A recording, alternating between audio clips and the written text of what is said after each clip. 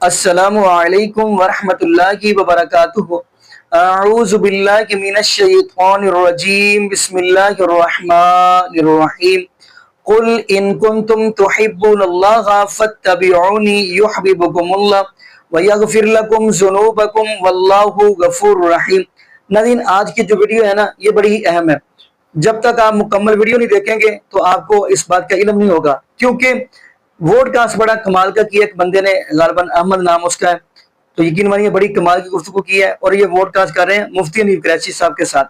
سوال بڑا کمال کا کیا اس بندے نے مفتی حنیف کریچی صاحب سے۔ سوال یہ کیا ہے کہ آپ ہمیں یہ بتائیں قیامت والے دن آپ محبوب علیہ الصلوۃ والسلام کے جھنڈے کے نیچے ہوں گے یا آپ بایزید بستامی کے جھنڈے کے نیچے ہوں گے؟ کیونکہ آپ کو پتہ ہے نا، ان لوگوں نے، ان کے جو بڑے ہیں عمر رضا خان بریلوی لگا لے اور جو بڑے ہیں، ان کی کتابوں کے اندر کیا کچھ لکھا ہے وہ آپ کو پتہ ہی ہے۔ تو خیر ناظرین، پہلے ہم ویڈیو دیکھتے ہیں، پھر انشاءاللہ ناظرین آگے ہم بھی بات کریں گے۔ آئیے ناظرین مل کے ویڈیو دیکھتے ہیں۔ قریشی صاحب، ایک اور بڑا اعتراض میں چاہتا ہوں کہ آپ اس کے ساتھ اس کو بھی واضح کریں۔ آپ ہمیں بتائیے گا کہ آپ نے ایک پوڈ کاسٹ میں انجینئر صاحب کے بقول آپ نے یہ دعویٰ کیا کہ قیامت کے روز شفاعت کا جھنڈا حضور نبی کریم علیہ الصلوۃ والسلام کے پاس نہیں بلکہ بایزید بستامی کے پاس ہوں گے۔ براہ کرم آپ اس چیز کو کلیئر کریں کہ آپ کا اور بریلوی حضرات کا عقیدہ کیا ہے کہ شافع محشر کون ہے، حضور نبی کریم علیہ الصلوۃ والسلام کی شخصیت ہے یا بایزید بستامی ہے؟ ویسے ایک لفظ بولا جاتا ہے نا کہ بے یا باش وارچ خائی خون، کہ بے یا ہو جائے اور جو دل کرے کہتے جاؤ، تمہیں کوئی پوچھنے والا نہیں۔ بندہ جھوٹا ہو اس کے لیے ہم کیا کہہ سکتے ہیں یار؟ کچھ بھی کہتے جاؤ، کچھ بھی۔ اہل سنت و جماعت بریلوی مکتب فکر کے عشق رسول کے حوالے سے کون انگلی اٹھا سکتا ہے؟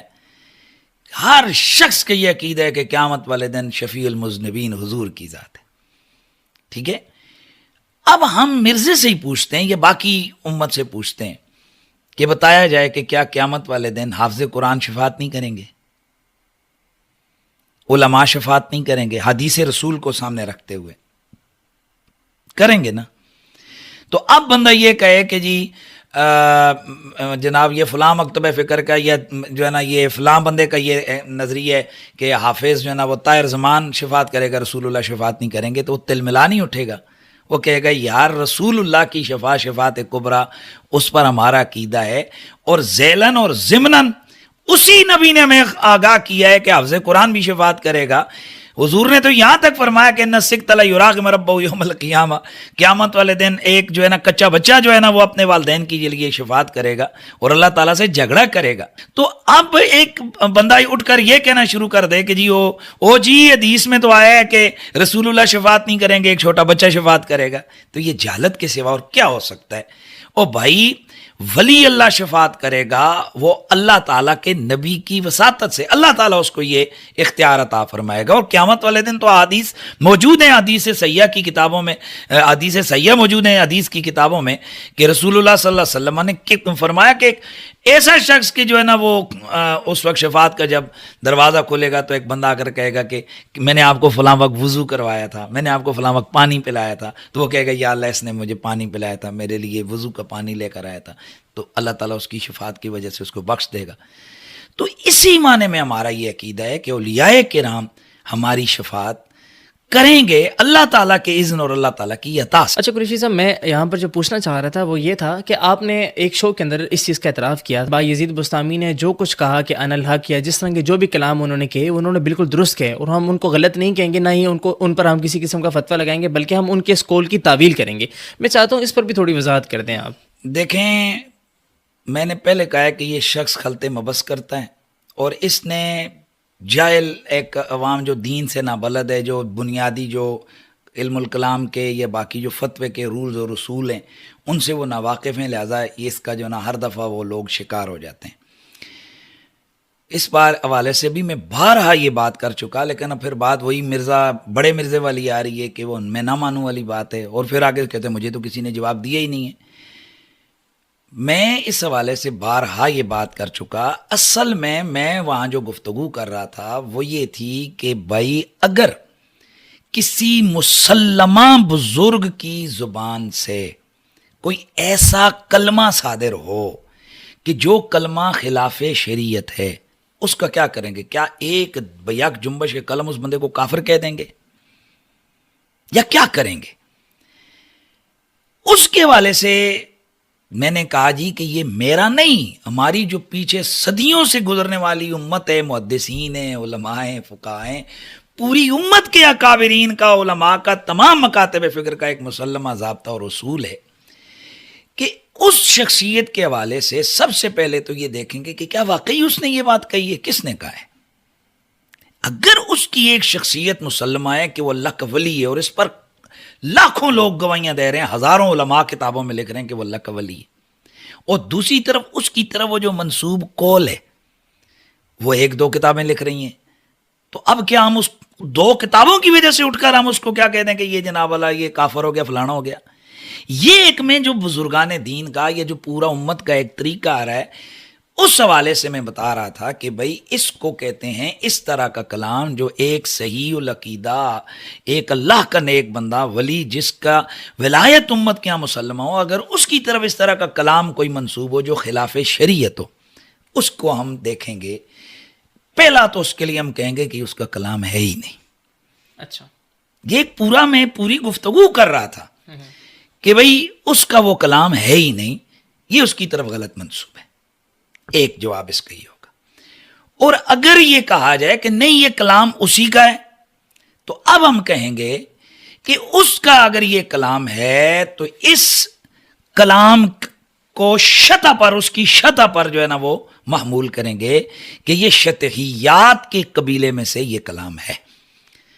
اور شطحیات کے حوالے سے احادیث مبارکہ کے اندر بہت ساری اس کے اوپر مثالیں موجود ہیں کہ بعض اوقات بندہ حالت کیفیت عشق و مستی میں، یا اس پر ایک ایسی کیفیت طاری ہوتی ہے کہ جس میں وہ اپنے آپ میں نہیں ہوتا، چاہے وہ کیفیت اس کی کسی علت یعنی بیماری کی وجہ سے ہو، ظاہری جسمانی، یا وہ کسی محبت الہی میں وہ اس طرح سے سرمست ہو کہ وہ اپنی اس کیفیت میں نہ، اور اس سے وہ اس قسم کا کلام صادر ہو۔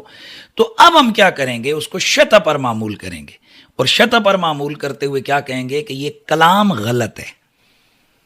ٹھیک ہے، اس کلام کو ہم غلط کہتے ہیں، لیکن چونکہ وہ بندہ معذور ہے، وہ جس کیفیت میں یہ بات کر رہا ہے وہ کیفیت اس قابل نہیں ہے کہ ہم اس کو فتویٰ اس کی طرف منسوب کریں، یہ اس کو فتویٰ دیں۔ ٹھیک ہے، یہ پوری بات میں کر لوں، یہ آگے دو پوائنٹ۔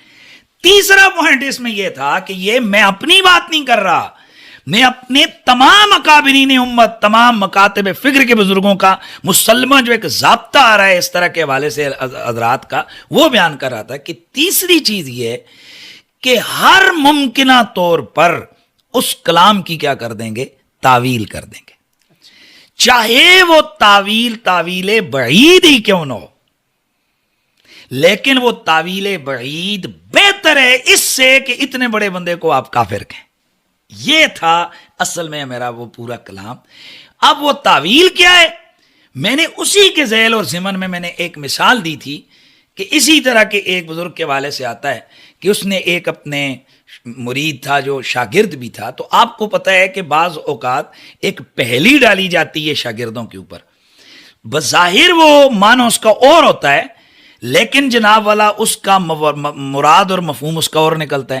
تو ان بزرگوں نے کہا کہ تو پڑھ لا الہ الا اللہ، ان کا نام تھا صادق، تو انہوں نے کہا کہ تو پڑھ دے لا الہ الا اللہ صادق رسول اللہ۔ تو وہ جو شاگرد تھا یہ انہوں نے اپنا کلمہ پڑھا دیا۔ تو ایک اور جو عالم مطلب بندے تھے، انہوں نے کہا تو نے یہ تعویل کیوں نہ کر لی کہ وہ شخص جو اتنا بڑا محدث ہے، عالم ہے، بزرگ ہے، وہ اپنا کلمہ کیسے پڑھا سکتا ہے؟ وہ تیرا امتحان لے رہا تھا۔ دراصل یہاں تقلیب ہوئی ہے، قلب ہوا ہے۔ قلب یہ ایک پورا فن ہے، اور وہ قلب کیا ہے کہ مبتدا مؤخر ہے اور خبر جو ہے نا وہ مقدم ہے۔ اصل میں تھا لا الہ الا اللہ رسول اللہ صادقن، تو رسول اللہ صادقن تھا، تو خبر کو جو نا کیا کر دیا، مقدم کر دیا، تو صادق و رسول اللہ۔ تو یہ ایک انہوں نے کیا کی تعویل، میں نے یہ ایک مثال کے طور پر کہی کہ یہ اس طرح کی تعویل کر کے بندے کو کفر کے فتوے سے کیا کیا، بچایا۔ اسی طرح بعض بزرگوں نے یہ میں نے نہیں کیا، پھر کہتے ہیں جی اس نے کیا۔ او بھائی میں نے نہیں کیا، ہمارے اکابر بزرگوں میں سے کئی بزرگوں نے، بڑے بڑے صوفیاء نے، جس طرح ابن تیمیہ جیسے لوگوں نے فتاوا کے اندر بڑے بڑے بزرگان دین کے حوالے سے، حضرت شیخ شبلی کے حوالے سے اور بڑے لوگوں کے حوالے سے انہوں نے باقاعدہ تعویلیں کی ہیں. اور وہ تعویلیں کیا ہیں کہ یار یہ بھی ایک تعویل بعض بزرگوں نے کی کہ اگر کوئی بندہ ایسا جملہ وہ بول رہا ہے تو اس کی یہ بھی تعویل بن سکتی ہے کہ یہ زبان اس کی ہے لیکن یہ کلام اللہ تعالیٰ کا ہے. یعنی یہ بطور اس طرح سے کہ جس طرح درخت میں سے آواز آئی تھی انی انا اللہ رب العالمین. تو اب کہاں سے آواز آئی تھی؟ درخت سے. تو اب درخت سے کون بول رہا تھا؟ اللہ تعالیٰ. تو یہ بھی ایک تعویل لوگوں نے کی بزرگوں نے کہ یہ تعویل کر کے بھی اگلے کو آپ کیا کر سکتے ہو؟ بچا سکتے ہو. جس طرح منصور کی ان الحق کی جو ہے نا وہ تعویل کی گئی کہ جی وہ اصل میں اس نے کہا ان الاحق. ہوا یہ تھا کہ وہ ایک جنگل میں گئے اور وہاں پر سکر و مستی کی کیفیت میں تھے تو ان کو لذت ذکر الہی میسر آئی. تو کسی اس وقت کے جو ان کے ہادی تھے انہوں نے کہا کہ یہ مشروب محبت، یعنی وہ اصل مراد وہی جذب عشق تھا، یہ کون پیے گا؟ تو انہوں نے کہا ان الاحق. تو زبان سے کیا نکلا؟ لوگوں نے کیا سمجھا یہ ان الحق ہے، لیکن وہ کیا کہہ رہے تھے؟ ان الاحق، یعنی میں اس کا زیادہ حقدار ہوں. یہ تعویل اعلیٰ حضرت فاضل بریلوی نے اور کئی اور بزرگوں نے اپنی کتابوں میں کی ہے. تو میرا اس میں کہنے کا یہ مطلب تھا کہ بھائی یہ بھی تعویل کر کے اکابرین امت نے اس طرح کے بزرگوں کو کیا کیا ہے؟ بچایا ہے کہ زبان اللہ کے ولی کی ہے اور اللہ تعالیٰ کی عطا سے اس زبان سے وہ بندہ بول رہا ہے، گویا یہ اس کا اپنا دعویٰ نہیں، وہ بے خود ہے. اس کی زبان سے جس طرح درخت میں سے اللہ تعالیٰ کی آواز آتی ہے اس طرح وہاں سے بھی وہ جو ہے نا اللہ تبارک و تعالیٰ ہی کی قدرت سے اس کی زبان سے جو ہے نا وہ آواز آ رہی تھی. تو یہ نہیں ہم کہہ رہے ہیں کہ یہ، بلکہ یہ ایک پورا مسئلہ بیان کیا ہے. ایک عالم دین جب مسئلہ بیان کرتے اس کی تمام جہتوں کو بیان کرتے تو میرا یہ کہنے کا مطلب تھا. اب اس کو ہم وائنڈ اپ یہ کر رہے ہیں کہ چاہے کوئی بھی بزرگوں کا کلام ہو، اگر دیکھیں گے کہ وہ بزرگ اس کی شہرت اللہ کے ولی کے حوالے سے ہوئی ہے، اس کے حوالے سے کابرین امت متفق ہیں کہ اللہ کا ولی ہے، اس کی طرف اگر اس طرح کا خلاف شرع کلام منسوب ہے تو پہلے ہم کہیں گے یہ اس کا ہے ہی نہیں. اور اگر یہ کہا جائے کہ نہیں واجباً ہے تو پھر ہم یہ کہیں گے کہ یہ اس کی حالت سکر و مستی سے یہ صادر ہونے والا کلام ہے، یعنی یہ معذور ہے. کلام کو غلط کہیں گے لیکن اس شخص کے اوپر اس کے عذر کی وجہ سے فتویٰ نہیں لگائیں گے. یا پھر اگر کوئی ایسا کلام ہوا کہ جس کی تعویل ہو سکتی ہو، ایک تو ہے نا کسی کلام جیسا لا الہ الا اللہ چشتی رسول اللہ، اس کی کوئی تعویل نہیں ہو سکتی، یا لا الہ الا اللہ شبلی رسول اللہ، اس کی کوئی تعویل نہیں ہو سکتی. تو اگر تعویل نہیں ہو سکتی تو کلام کو ریجیکٹ کر دیں گے، لیکن اگر تعویل ہو سکتی ہے تو کلام کی تعویل کریں گے. مفتی صاحب آپ نے بیچ میں شتیہات کی ذکر کیا، تھوڑا اس پہ واضح کر دیں کہ شتیہات تو صوفیہ کی ٹرم میں اللہ تبارک و تعالیٰ کے لیے کاؤنٹ کی جاتی ہے نا، لیکن حضور نبی کریم علیہ الصلوۃ والسلام کے لیے تو شتیہات نہیں کاؤنٹ کی جاتی. لیکن یہاں پر تو چشتی رسول اللہ اور جس طرح باقی باتیں کی جاتی ہیں کہ قیامت کے روز جو ہے وہ شفاعت کا جھنڈا میرے پاس ہوگا. لیکن جی بنیادی طور پر مرزا صاحب ان بنیادی جو علوم اور فنون ہیں ان سے نابلد اور ناشنا ہے. علم تصوف ایک پورا علم ہے، پورا ایک فن ہے، اس کی اپنی ٹرمز ہیں، اس کی اپنی اصطلاحات ہیں. جس طرح علم الحدیث ہے اس کے اندر حدیث کی جناب مختلف ٹرمز ہیں. جس طرح کہا جاتا ہے جی کہ یہ جرح ہے، یہ تعدیل ہے، پھر آگے کہا جاتا ہے جی کہ یہ تدلیس ہے، پھر کہا جاتا ہے جی یہ ادراج ہے، پھر کہا جاتا ہے جی یہ راوی کا ضعف ہے، پھر کہا جاتا ہے یہ حدیث منکر ہے، یہ حدیث مردود ہے، یہ حدیث اب حدیث بھی تو مردود بھی.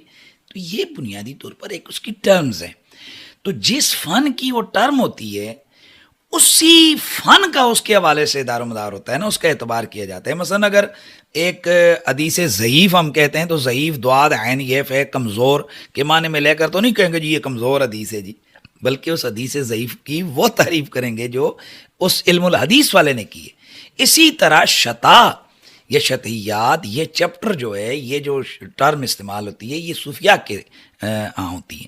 یہ میرے پاس جو ہے نا یہ جو ہے نا 4 صدی کی یہ کتاب ہے، کتاب اللمع فی تصوف شیخ ابو النصر کی. اس میں بھی انہوں نے شتیات کی جو ہے نا وہ تعریف کی ہے. گویا یہ ایک نیا 14ویں صدی 12ویں صدی کے مولویوں کا گھڑا ہوا قصہ نہیں ہے، یہ صدیوں پرانا. جب سے یہ تدوین ہوئی ہے ان علوم کی تو تب سے جناب یہ تسلسل کے ساتھ ان چیزوں کو لکھا اور پڑھا جاتا رہا ہے. اور نہ صرف لکھا اور پڑھا جاتا رہا ہے بلکہ مانا بھی جاتا رہا ہے، اس پر عمل بھی کیا جاتا رہا ہے. تو انہوں نے یہاں پر واضح طور پر شتا کی جو ہے نا وہ تعریف کی ہے کہ شتا اس غیر معروف عبادت کو کہتے ہیں، عبارت کو کہتے ہیں جس میں اس وجد کو بیان کیا جاتا ہے جو بڑی قوت کے ساتھ فیضان الہی سے صوفی پر وارد اور اپنے شدید جوش اور غلبہ کی وجہ سے جوش میں وہ آ جائے. یعنی اس صوفی پر ایک اللہ کی محبت اور عشق کے انداز میں ایک ایسا غلبہ کیفیت آ جائے کہ جس کی وجہ سے وہ اپنے آپ میں نہ رہے اور اس کی زبان سے ایسا کلام جو کہ بظاہر شرع کے کیا ہو بالکل خلاف ہو وہ صادر ہو جائے. ایسی چیز کو کیا کہا جاتا ہے؟ شتا.